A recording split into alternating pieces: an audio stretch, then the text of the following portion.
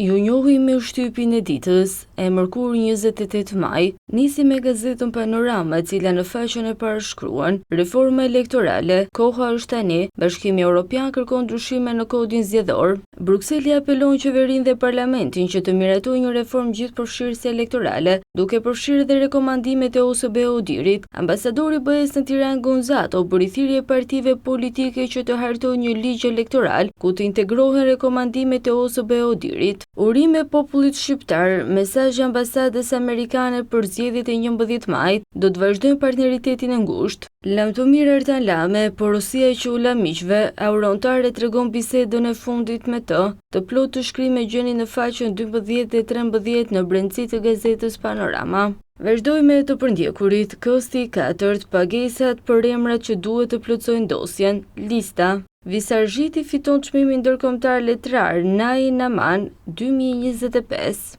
U vran 44 marinar anglez si eminuan në Enveri me Titon kanalin e Korfuzit më 22 tetor 1946, zbulohen dokumentet.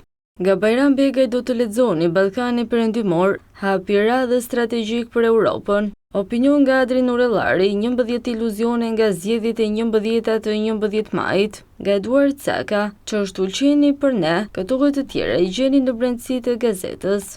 Vazhdojmë më tej me Telegrafin. Vettingu, krimi dhe oligarkia po prodhojnë gjyqtar miliarder që synojnë kushtetuesen. Strasburgu dënon Shqipërinë për zvarritje në sistemin gjyqësor. Në thelb të vendimit të gjykatës për të drejtat e njeriut, është konstatimi se procedura gjyqësore në Shqipëri shpesh i kalojnë çdo afat të pranueshëm. Në rastin e fjalë, procesi gjyqësor u zvarrit për më shumë se 10 vjet, me dosje që shndronin në gjykatën e lartë për periudha nga 7 deri në 8 vjet e gjysmë dhe u cilësuan si shembull flagrant i kësaj problematike. Fitoria në zgjedhje, Rama mbledh ministrat të premte në Gjirokastër, priten lëvizje në parti dhe kabinetin qeveritar. Kreu i Partisë Demokratike Sali Berisha po paguajnë shumë të jashtëzakonshme për të ndryshuar raportin e komunitetit ndërkombëtar për farsën zgjedhore. Ambasada e SBA-s urojnë popullin e Shqipërisë për zgjedhjet dhe presim të vazhdojmë partneritetin tonë me Shqipërinë. Vazhdojmë me raporti dia se mafia shqiptare alarm për sigurinë dhe ekonominë e Bashkimit Evropian, ku grupet janë infiltruar në kompani dhe institucione. Pejuni lëngun flet arresteve për dosjen Ura që u vonuan 3 muaj me justifikimin Bajat se përkthye materialet e antimafjes italiane në SPAK. Manipulimi i diasporës. Duopoli, kreu i KQZ-s Ilirian Celibashi dhe Demiri Postës nxorën 50 zarfa të papërpunuara jashtë çdo baze ligjore me postën shqiptare, teksa Celibashi shpërthimin ja dha DHL-s për 11 milion euro. Plani serb për kolonizimin e Kosovës me banor jo shqiptar. Në historinë e Europës, vështirë se mund të gjendet ndonjë popull që të ketë qenë objekt i shtypjes nacionale, siç ishte populli shqiptar i cili jeton në trojet e veta autoktone në Kosovë e Gjetiu. Të plot këtë shkrim e gjeni në faqen 14 dhe 15. Vazhdojmë me ditën që çelet me kryartikullin. Amerika foli, 2 nga opinionistët më të mirë në vend analizojnë mesazhin e dieshëm amerikan për zgjedhjet e 11 majit, pse nuk u përmend Rama, çfarë po na thot realisht Amerika e re. Mesazhi madhor se kohët kanë ndryshuar e se duhet të gjejmë tjetër kund gjyqtarin suprem të dikurshëm, pse SBA theksoi thatë vazhdimin e partneritetit me popullin shqiptar. Ilir Meta dhe kryemadhi merren zyrtarisht të pandehur për korrupsion dhe pastrim parash.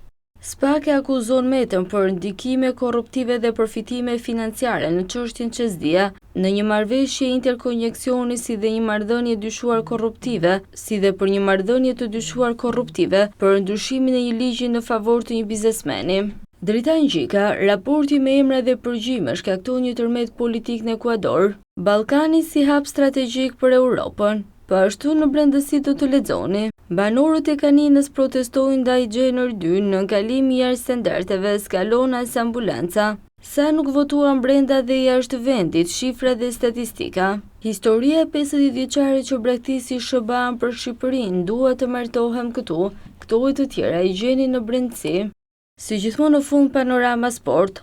Siguria me Serbin blindon Tiranën nga kamerat inteligjente të biletat me emër, ja çfarë ndodh në kryeqytet. Të gjitha strukturat kombëtare të sigurisë prej javësh janë në gatishmëri, masa të rrepta për sfidën që do të luhet më 7 qershor kundër ballkanësve. U21 Bushi zbulon talentet e reja të shpresave. Mbrojtësi Gjimshiti në formacionin më të mirë të sezonit. Presidenti Duka të fitojmë në fushë dhe në tribuna. Shkodrani Salihi rrëfen natën e Beogradit dhe bën parashikuesin. Partizani Dema zgjohen pranë transferimit të Farrukut. Dinamo Elbasani, Zjabërgjes i deli emri në Rusi, Leshi më shihni këtë vit. Klasiki Abdullahi kthehet te Tirana, Hoti Vllaznia duhet ribër. Rrethi ciklistik, Rimejer fiton etapën 2 merr fanellën e liderit. Sot në orën 21, Betisi e Chelsea 90 minuta flak për Conference League. Interi, Championsi, Aslani në provën e zjarit. Serie A atare për veshmëngët, Conte është në ajër.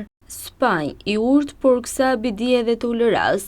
Dhe me titull kryesor të gazetës Panorama Sport e përfundojmë leximin e shtypit për ditën e sotme.